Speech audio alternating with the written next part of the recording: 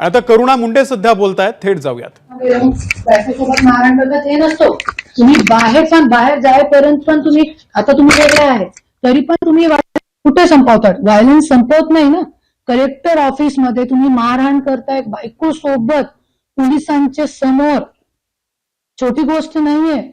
आज मेरी माँ ने कभी मुझे थप्पड़ नहीं मारा है और एक 2 कौड़ी का गुंडा मेरे चेहरे पे मार के चला गया, मेरे को बदतमीजी से छू के चला गया. निकालिए आप वो फुटेज. दीपा मुधोल मुंडे मैडम को पकड़िए आप. दीपा मुधोल मुंडे, उनकी नौकरी जाएगी इसमें. कैसे उन्होंने डिस्ट्रॉय करे वो मीडिया को राइट से. एक कलेक्टर है वो और एक महिला कलेक्टर है. बेटी बचाओ बेटी पढ़ाओ. अरे आज मैं नहीं लड़ूंगी तो कल को मेरी बेटी क्या सीखेगी? कल को भगवान ना करे उसको भी ऐसा कोई पति मिल गया तो वो भी ऐसी भीगी बिल्ली जैसी बैठी रहेगी घर में. इसीलिए मैं लड़ रही हूँ ये लड़ाई. महाराष्ट्र की हर महिला को, भारत की हर महिला को मैं ये मैसेज देना चाहती हूँ. भले ही आपके पास पैसा नहीं है, आपको मालूम है गाड़ी में रोड पे सो के मैंने रात बिताई है. रोड पे होटल में रुकने के, क्योंकि गाड़ी चलाते चलाते जाती हूँ जब मैं, तो मेरे पास उतने तक पैसे नहीं होते थे कि मैं होटल में रूम लेके सो सकूं. रोड पे गाड़ी रोक के कोने पे और वहीं सो जाती थी. कोई आके मार जाए कि कूद जाए, कोई डर नहीं होता था मुझे. यही मैं देना चाहती हूँ. आप सत्य की लड़ाई है, सत्य की लड़ाई के लिए आप लड़िए. कोई आपको धमकी दे, मारे पीटे, आपके कुछ भी करे आपके लिए, आप लड़ो. लड़ाई ऊपर वाला है न्यायाधीश, सबसे बड़ा न्यायाधीश ईश्वर है जो मेरे साथ था, इसलिए मुझे आज न्याय मिल रहा है. औरंगाबाद कोर्ट में भी मुझे इसलिए न्याय मिला है. आप अभी राजश्री दीपा मुधोल मुंडे मॅडम.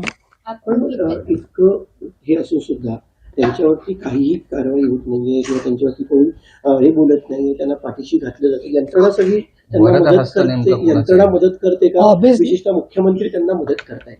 देवेंद्र फडणवीस जी का वरद हस्त उनके ऊपर अपोजिशन लीडर के टाइम से है. उसके बाद अजीत दादा तो हैं ही.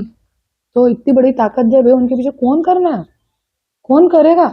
पुलिस वालों के सामने कलेक्टर के केबिन में पत्नी को कोई मारता है, कोई मारेगा?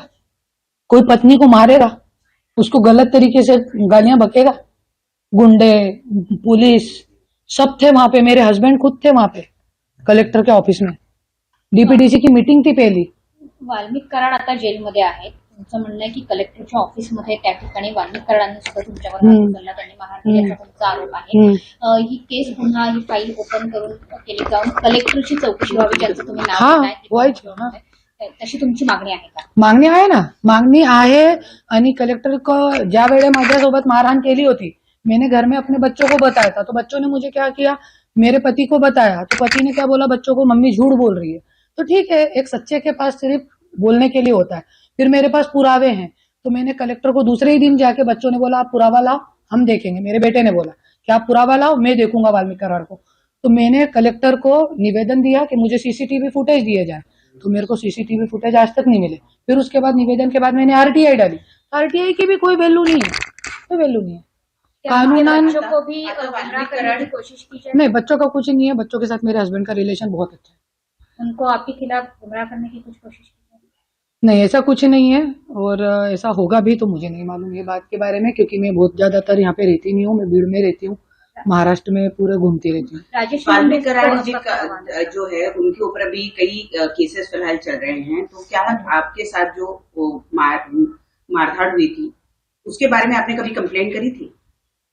कंप्लेंट लेगा उनका कौन? नाम लेकर, कंप्लेंट उनका नाम लेकर। हाँ, मैंने डीजी को दी थी, अपने देवेंद्र फडणवीस जी को दी है, सब मेरे पास है. चाहिए तो मैं मीडिया को दे सकती हूँ. पुलिस कंप्लेंट भी की थी ना. कंप्लेंट कौन लेता है, कौन लेगा कंप्लेंट? अभी आज जो आपकी तरफ से आज जो निकाल आला है तुमच्या बाजूने, या निकालानंतर एक मैं एक बात बताती हूँ आपको. आज मेरे को, मैं एक यहाँ पे रहती थी पहले, मैंने बम्बई क्यों छोड़ दिया, भीड़ में मैं क्यों रहती हूँ.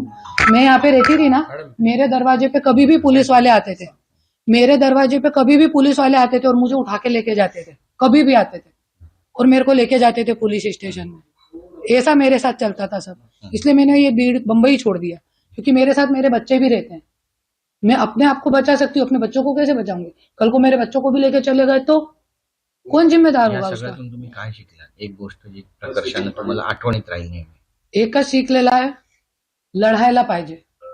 रडायला नाही पाहिजे, लढायला पाहिजे, पण रडणं येतात मला, क्योंकि खूप काही इमोशन धनंजय मुंडे सोबत जुड़लेले माझे. मैंने खूब प्यार किया अपने पति को, एक प्रेमी का बोल के. आज भी मैं वो बोलेंगे मेरे लिए जान दे तो मैं जान भी दे सकती हूँ, पर प्यार से, नफरत से, जोर जबरदस्ती से भगवान के आगे भी मैं नहीं झुकूंगी. भगवान के आगे भी मैं नहीं झुकूंगी. मैं भूखी रह के लड़ रही हूँ, 24 घंटे भूखी रह के लड़ रही हूँ मैं. भीड़ में जाके आप मेरा घर देखिए. तर करुणा मुंडे सध्या पत्रकारांशी संवाद साधतायत. धनंजय मुंडे यांच्यावरती फडणवीसांचा वरदहस्त होता असा थेट आरोप त्यांनी केलेला आहे. जिल्हाधिकाऱ्यांच्या कार्यालयामध्ये मला मारहाण झाली, त्यांच्यावरही कारवाई व्हायला हवी असं सुद्धा त्यांनी म्हटलेलं आहे. पोलीस कधी येऊन मला मुंबईतून ताब्यात घ्यायचे आणि त्यामुळे मी आता बीडमध्ये राहते असं त्यांनी म्हटलेलं आहे. न्याय नहीं मिलेगा.